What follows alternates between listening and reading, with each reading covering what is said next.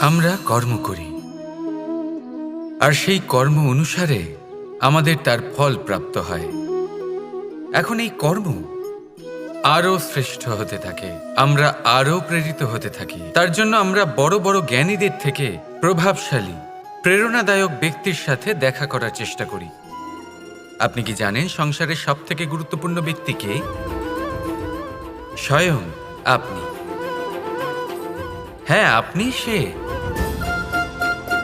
আপনি জীবিত আছেন, তাই এই সংসার জীবিত আছে। আপনি হলেন আপনার সমস্ত কর্মের কেন্দ্র।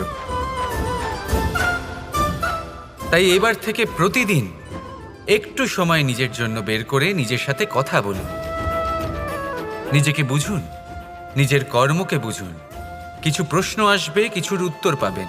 আরও কিছু প্রশ্ন আসবে যার উত্তর আপনি অবশ্যই পাবেন, কিন্তু এটা করবেন অবশ্যই, নয়তো আপনি এই সংসারের সব থেকে গুরুত্বপূর্ণ ব্যক্তির সাথে দেখা করার সুযোগই হারিয়ে ফেলবেন। এবার বলুন, আপনি কি এরকম চাইবেন?